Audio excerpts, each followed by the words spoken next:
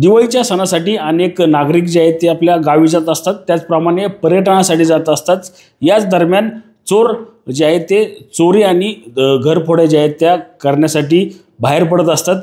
आता मात्र या चोऱ्या रोखण्यासाठी पिंपरी चिंचवड पोलिसांकडून गस्त जी आहे ती या ठिकाणी वाढवण्यात येणार आहे। त्याचप्रमाणे नक्की काय काळजी घ्यायची या संदर्भात बोलण्यासाठी आपल्यासोबत आता गुन्हे शाखेचे पोलीस उपायुक्त शिवाजी पवार आहेत।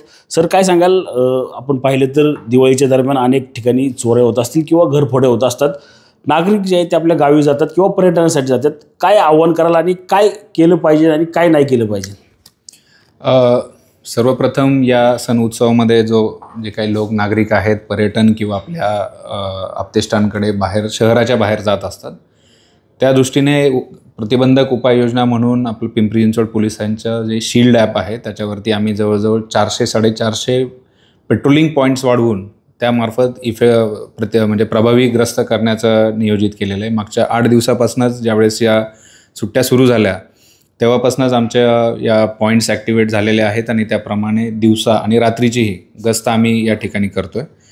त्याचबरोबर नागरिकांनी देखील काही गोष्टींचं जर पालन केलं तर त्यामध्ये आपले नुकसान होण्यापासून आपण देखील त्याच्यापासून बचाव करू शकतो। उदाहरणार्थ आपले मौल्यवान वस्तू दागदागिने आहेत तर आपण शक्यतो घराच्या बाहेर दीर्घकाळासाठी जर जात असू तर ते शक्यतो बँकेमध्ये लॉकर किंवा इतर ठिकाणी आपण सेफ ठेवणं आवश्यक आहे। अशा उपाययोजना आपल्याला करता येतात। सर, आपण पाहिलं तर अनेक पर्यटक पर्यटनासाठी जात असतात किंवा आपल्या गावी जात असतात, त्यावेळेस ते सोशल मीडियाचा वापर त्या ठिकाणी करतात।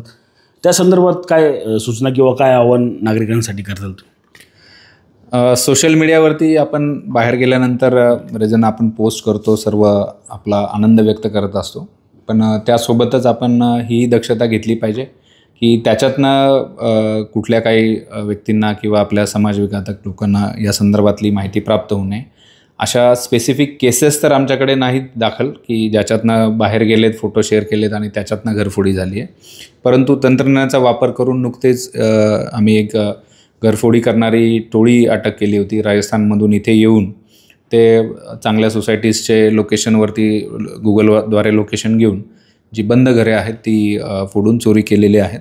त्याच्यामध्ये 100% प्रॉपर्टी देखील रिकवर करण्यात आलेली। नक्कीच आपण पाहिलं तर नागरिकांनी जे आहे ते आता या दिवाळीच्या काळामध्ये, सुट्ट्यांच्या काळामध्ये काळजी घेणं जे आहे ते गरजेचं आहे।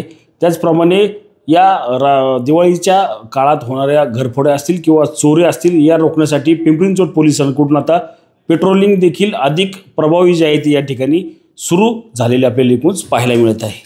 रणजित जाधव, TV9 मराठी, पिंपरी चिंचवड।